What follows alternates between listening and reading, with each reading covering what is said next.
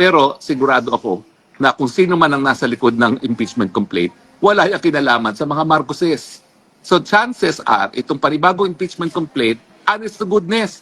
Kaya ayaw ngayon tanggapin ng Kamara de Representante. Meron ba legal na basihan na pagtatanggap? Wala po. Malinaw po yan na ang katungkulan ng House Secretary General pag mayroon naghain ng impeachment complaint ay tanggapin. At pagkatapos, i-refer kay House Speaker. Ang House Speaker naman, within 10 days, i-include sa order of business at i-refer sa Committee on Justice. Wala pong diskresyon. Wala pong, hindi po parang West ang sa House Secretary General na pipiliin niya kung anong gusto niya tanggapin at i-reject yung ayaw niya. Hindi po pwede na tatanggapin lang yung moro-moro na impeachment at kapag masustansya na impeachment, hindi nakatatanggapin. Yan po ilabag sa saligang batas. Wala pong ganyang kapangyarihan ang House Secretary General. Dahil unang-una, wala namang mandato yung House Secretary General na yan. Hindi naman yan halal ng bayan.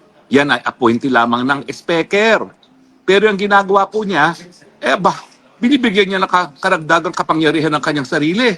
Wala pong ganyang kapangyarihan. Shall ang sinasabi ng Constitution. Shall refer the impeachment complaint forthwith sa tanggapan ni Speaker at si Speaker naman ang magre-refer dyan sa order of business doon sa plenaryo nang mai-assign yan kaagad sa Committee on Justice.